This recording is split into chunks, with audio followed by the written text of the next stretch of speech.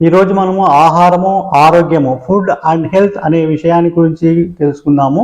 ముఖ్యంగా భారతదేశము విశాలమైన ప్రాంతం కాబట్టి వివిధ భౌగోళిక ప్రాంతాలు కూడా వేరు వేరు విధంగా ఉన్నాయి కాబట్టి మన దేశంలో ఆహార విధానంలో ఆహారపు అలవాట్లలో తీసుకునే విధానంలో కూడా చాలా మార్పులు అనేటివి ఉన్నాయి. అయితే ముఖ్యంగా ఈ మధ్య భారతదేశంలో అనేక మంది అనేక రకాల ఆరోగ్య సమస్యలను ఎదుర్కొంటున్నారు. అంటే ముఖ్యంగా శారీరకంగా మానసికంగా అనేక వ్యాధులను ఎదుర్కొంటున్నారు కాబట్టి ఈ శారీరకంగా ఎదుర్కొనే సమస్యల నుండి దూరం చేసుకోవడానికి ఆహార విషయంలో మనం కొన్ని జాగ్రత్తలు తీసుకోవాలి.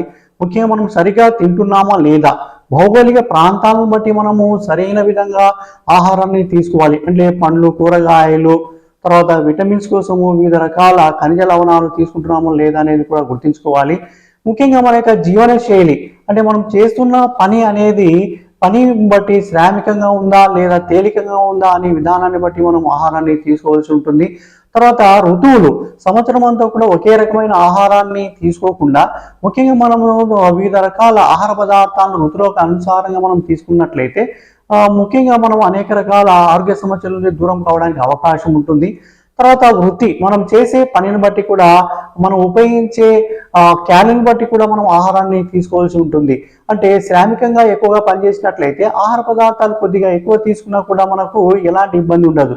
ఎలాంటి శ్రమ అనేది లేకుండా ఎక్కువ ఆహారాన్ని తీసుకున్నట్లయితే కొన్ని ఆరోగ్య సమస్యలు రావడానికి కూడా అవకాశం ఉంటుంది. వయసును బట్టి కూడా ఆహారాన్ని తీసుకోవాలి.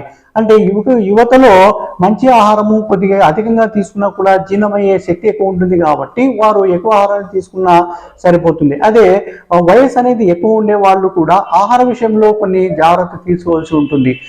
ముఖ్యంగా మనము ఎక్కువ అతిగా మందులు వాడటం అనేది కూడా అంటే యాంటీబయాటిక్స్ తర్వాత వివిధ రకాల మందులు ఎక్కువగా వాడటం వల్ల కూడా ఆరోగ్య సమస్యలు ఎక్కువ రావడానికి అవకాశం ఉంటుంది.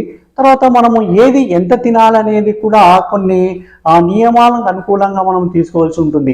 అంటే ఈ మధ్య మనము జంక్ ఫుడ్స్ అనేటివి పట్టణ ప్రాంతాల్లో ఉండే యువత ఎక్కువగా ఆకర్షించబడుతుంది కాబట్టి ఈ జంక్ ఫుడ్ ఫాస్ట్ ఫుడ్ నుంచి మనము మన యొక్క యువతను కాపాడుకోవడానికి ప్రయత్నం చేయాలి. తర్వాత లాస్ట్లో మనము ముఖ్యంగా ఈ సాత్విక ఆహారానికి ప్రాధాన్యత ఇవ్వాలి. అంటే శారీరకంగా మానసికంగా మనకు దృఢంగా బలంగా సుఖంగా ఉండడానికి సాత్విక ఆహారం తోడ్పడుతుంది కాబట్టి దీనికి మనం ప్రాధాన్యత ఇవ్వాలి. కాబట్టి మన యొక్క ఛానల్లో ఈ విషయాన్ని గుర్తుపెట్టుకొని ఇప్పుడు అందరికీ షేర్ చేయండి. Thank you.